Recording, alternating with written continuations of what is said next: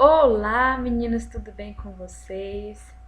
Mais uma aula, graças a Deus, a oportunidade de estarmos aqui aprendendo, construindo fundamentação científica relacionadas ao estudo, da estética, voltado para a nossa prática, o que? Clínica. Então hoje nós vamos falar da química verde. Não enganei vocês dizendo que nós iremos falar de aromaterapia, quer dizer, dos óleos essenciais. Nós iremos sim falar. Só que eu achei muito importante, antes de falar de óleo essencial, falar da química verde. E depois vocês vão entender o contexto histórico dessa linha de raciocínio. Então, na aula anterior, nós falamos um pouco sobre as argilas, os benefícios das argilas, e fico muito feliz que tenha somado, dentro desse aspecto de tirar dúvidas sobre as indicações e as suas recomendações, tá?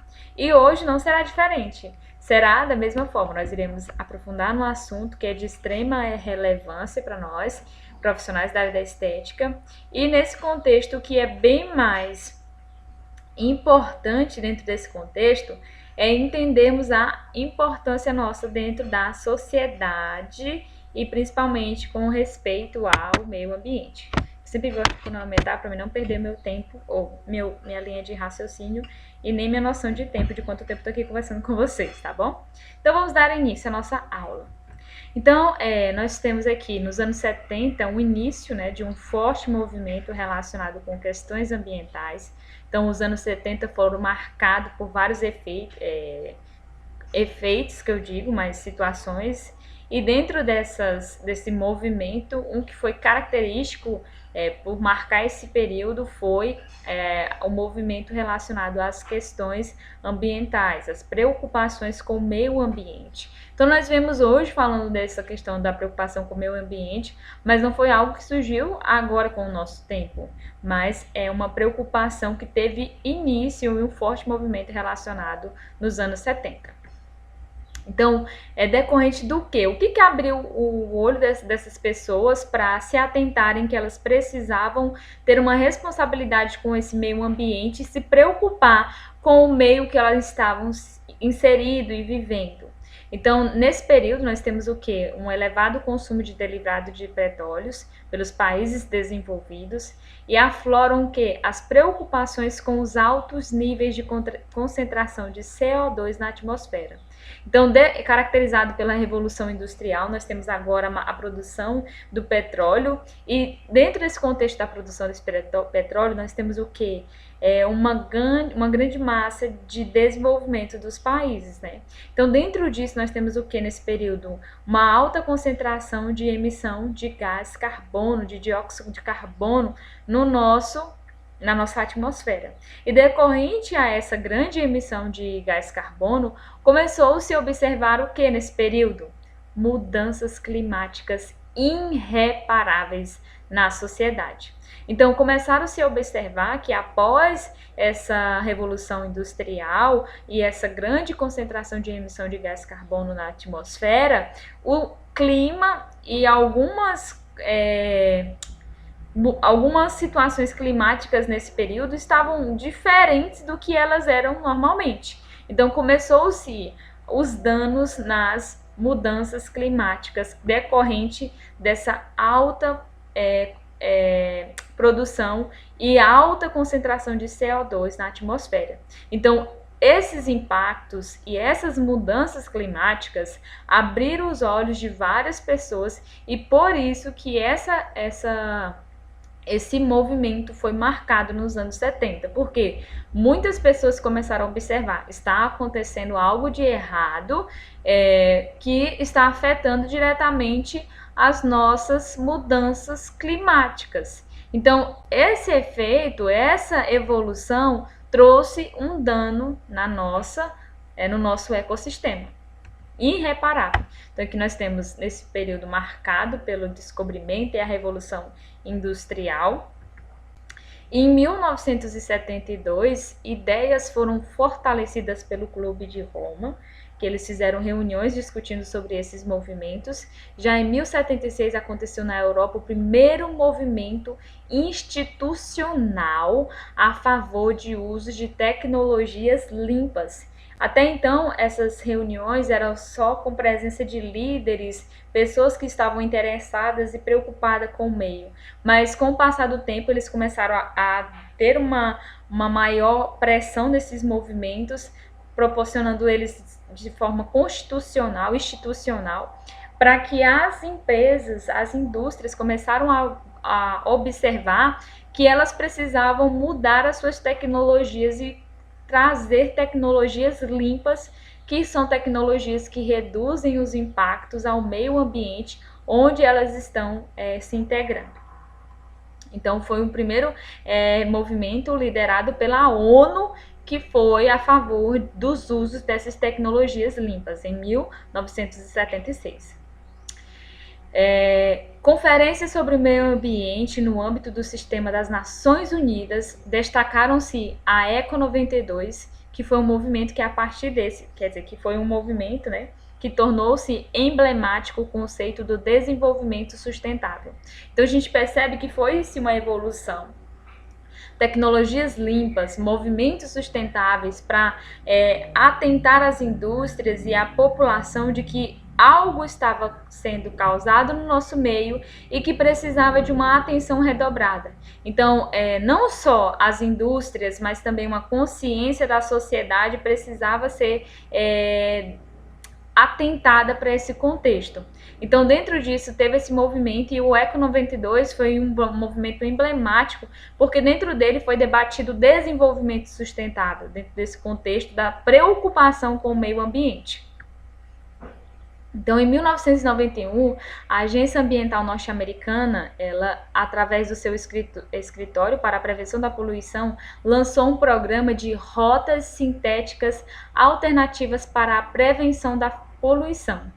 Financiamentos de projetos e pesquisas de prevenção e poluição das rotas sintéticas foram proporcionados para que pesquisadores desenvolvessem tecnologias limpas, tecnologias que reduzissem a emissão de gás carbono. Hoje nós percebemos que tem exposição de carros, que tem carros que são de energia elétrica, que não são mais à base de gasolina. Por quê?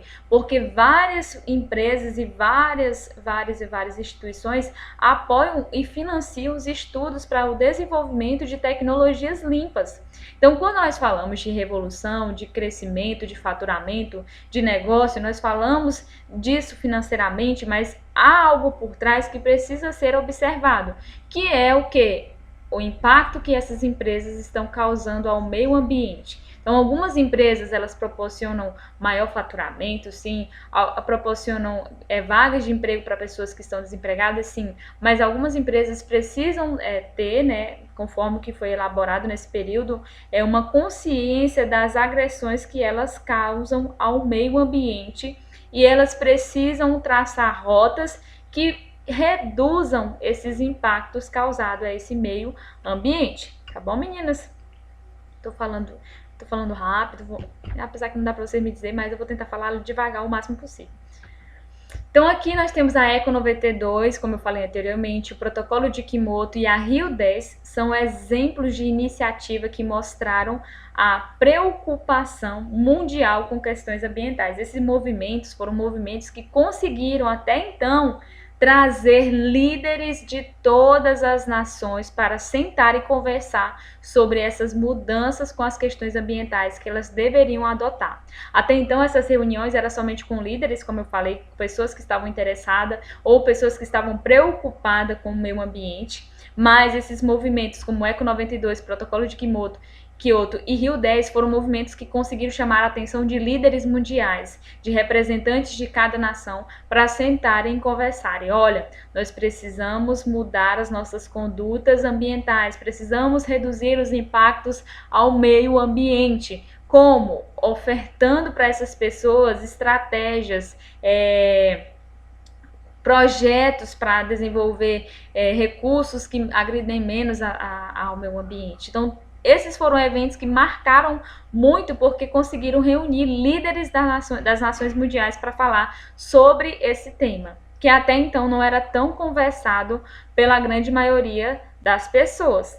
Então, era conversado por algumas pessoas que estavam interessadas, sim, com a responsabilidade ao meio ambiente, porém não era um tema tão abordado para as pessoas que estavam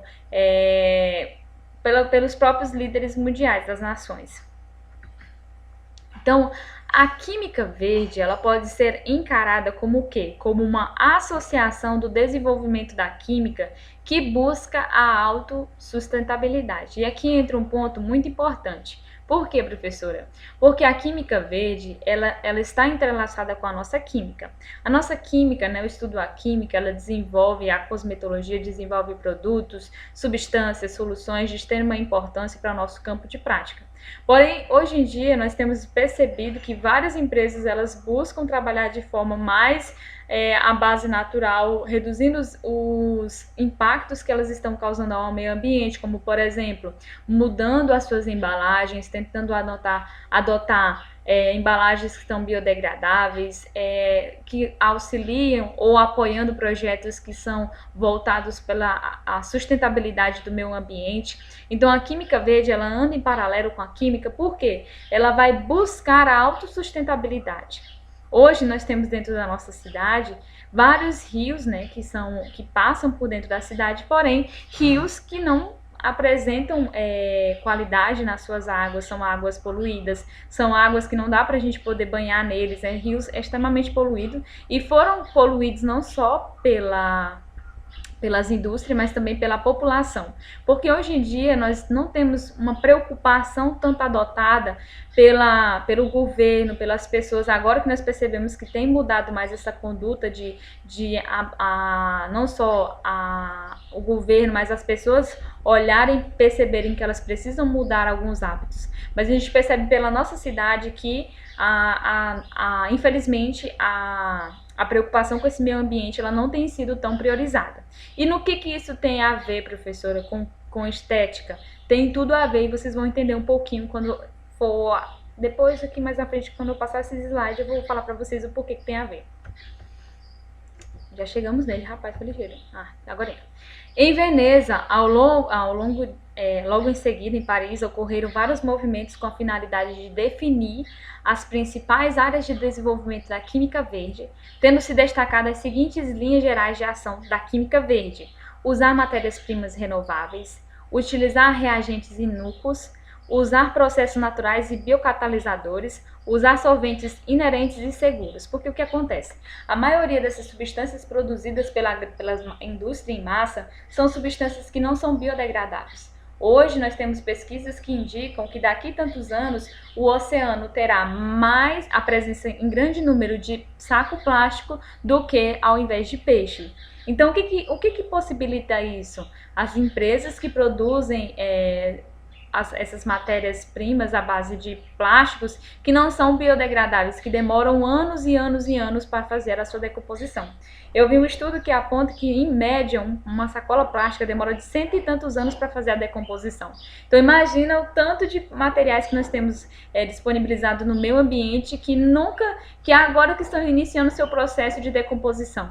Então, todos esses agentes químicos relacionados, eles não são biodegradáveis. Então, quando eles entram em contato com a natureza, o processo de degradação dele é bem mais lento comparado aos outros, e com isso nós temos o quê? Uma poluição química dentro desses aspectos a níveis de matérias orgânicas, a nível de termos rios poluídos por agentes químicos que são desembarcados por algumas empresas. Então tudo isso foi observado pelas pessoas que estavam preocupadas com a sustentabilidade do meio e adotaram recursos para que não fosse somente dito, mas que fosse adotado pelas empresas para que houvesse alguma mudança em algumas condutas que não eram benéficas para o meio ambiente. Então, quais condutas podemos ter nós profissionais para reduzir os impactos causados ao meio ambiente? Então, quando nós falamos da nossa atuação nesse meio, nós falamos também da nossa responsabilidade com o meio ambiente. E essa responsabilidade, ela precisa ser adotada por nós profissionais. Então, quando nós falamos de trabalhar com estética, nós necessariamente a primeira ideia que é passada para nós é visarmos lucro, né? Lucro, dinheiro, eu preciso ganhar dinheiro, né? Lógico, eu estou investindo num curso alto, num curso caro, eu estou investindo meu tempo, então eu quero ganhar dinheiro, sim. Mas você também tem que pensar na saúde do seu cliente, na saúde do meio ambiente pelo qual você habita. Porque o meio que você vive, o meio ambiente, é uma responsabilidade sua. Então, as suas condutas como profissional, dentro desse meio, elas são de extrema importância e de sua responsabilidade. Então, quando nós falamos de que condutas nós precisamos ter, são condutas que vão influenciar diretamente nas reduções das agressões que eu vou causar ao meu meio ambiente. Então, vamos lá. Primeiras condutas que nós podemos ter. Se vocês puderem anotar essas informações, é nota 10 essa ideia, tá? Então anotem todas essas informações que eu vou dizer para você deixar bonitinho no seu caderno e eu vou tentar falar um pouco mais lento. No seu espaço. Seu espaço você atende pela manhã e à tarde. Mas pela manhã você quase não tem tanto cliente, você tem mais cliente à tarde. Beleza. Então, pela manhã, tem alguma necessidade de você estar no seu espaço com seu ar-condicionado ligado, com todas as lâmpadas do seu espaço ligado? Não. Então, as lâmpadas, o ar-condicionado ligado, tudo isso contribui para o quê? Para o aumento de gasto de energia, para o aumento de uma utilização desses fins ecológicos que não são necessários naquele momento. Então, de certa forma, eu vou reduzir, de certa forma, o meu gasto que eu vou ter financeiramente e também o impacto que eu vou ter ao meu ambiente. Outro detalhe importante é descarte do lixo. O lixo que nós utilizamos no nosso atendimento, ele tem que ser descartado de forma correta. Como assim, professora? Então vamos lá. Existem algumas formas de descartes que são totalmente incorretas. Exemplo, você pegar o resto de cera que você tem e lavar na pia. Aquele composto químico da cera, ele vai ser desembarcado aonde? Nos rios, porque você coloca ele ele vai ser desembarcado aqui, que a gente não tem saneamento, né? Não temos tubos, então ele vai ser desborcado na rua e consequentemente vai acabar desborcando aonde? No rio. E essa cera, ela é biodegradável ou ela não é biodegradável? Ela não é biodegradável. Algumas não, mas algumas ceras a gente já tem essa produção dela sendo biodegradável. Alguns produtos também cosméticos são biodegradáveis, alguns de marcas que trabalham com essa responsabilidade. Então, descartar esses produtos pela nossa pia é uma forma incorreta de fazer o manuseio dele. Então, eu tenho que descartar o meu produto num lixo específico e preciso contratar uma empresa para fazer a coletagem do meu lixo. Outro detalhe, se você faz depilação a cera, você tem substâncias biológicas dentro daquela cera, daquele conteúdo daquela cera. Como assim, professora, substância biológica? Quando você remove o folículo, você acaba tirando um pouquinho de resquício de sangue. E dependendo da cliente, essa cliente pode ter alguma doença sexualmente transmissível que você não sabe. Então essa cera acaba sendo o quê? Contaminada. Então ela precisa ser descartada num lixo específico para isso, um lixo biológico. E normalmente tem empresas que a gente faz a contratação e ele vem e faz todo o recolhimento desse material. Então é muito importante esse ponto. Outro detalhe que você pode adotar dentro do seu espaço é utilizar materiais que são reciclados. Por exemplo, papel toalha, papel lençol da sua marca ser biodegradável, ser reciclado. Você pode utilizar algumas toalhas que têm materiais que são recicláveis. Então, assim, tudo isso são ferramentas que vocês podem adotar no espaço de vocês e terem produtos que são fitocosméticos, que eu vou falar agora mais na frente para vocês, que vai ficar mais claro. Adotar produtos verdes, que são diferentes de produtos biológicos, produtos naturais, e eu vou falar sobre isso, essa diferença que há entre eles. Mas a preocupação com a química verde, ela visa o quê? A redução de agressão com o meio ambiente. Então, se eu estou nesse meio ambiente, eu estou inserido nesse meio, eu tenho uma responsabilidade com esse meio ambiente, sim, e eu preciso me atentar com possibilidades que eu vá estar ofertando para esse meio, que eu vou estar reduzindo os impactos que eu vou causar a ele. Então, utilizar argilas, utilizar produtos fitocosméticos, utilizar produtos que são verdes, que não agridem tanto o meio ambiente, são formas, sim, de nós reduzirmos os impactos causados à poluição ao meio ambiente, beleza? Então, Agora vocês vão responder para mim, né? Fazer um resumo de 15 linhas no mínimo, né? Falando para nós, né? Falando para mim, como profissional técnico em estética, você vai me dizer a importância do cuidado sustentável com o meio ambiente, com o seu âmbito de trabalho. Então você vai pontuar essa importância desde o que a gente começou a falar no início da nossa aula, a importância das suas condutas. Como assim, professor? O que você pode fazer dentro do seu espaço de conduta ecológica que vai reduzir as agressões ao meio ambiente? Ou que conduta você pode ter, ou que conduta você observa que alguns profissionais têm que afetam diretamente a saúde do meio ambiente, tá bom? E não só isso, mas a responsabilidade sua como profissional inserida nesse meio, tá bom? E eu espero que vocês tenham gostado, que vocês tenham aprendido. Nossa aula ficou bem rapidinha, porque esse assunto ele precisa de uma atenção exclusiva para ele. E faça um resumozinho e envie para mim via e-mail, tá bom? Um grande beijo no coração de cada uma de vocês. Eu espero de verdade que vocês tenham gostado e que o melhor, tenham aprendido, tá bom? Fiquem com Deus e até mais!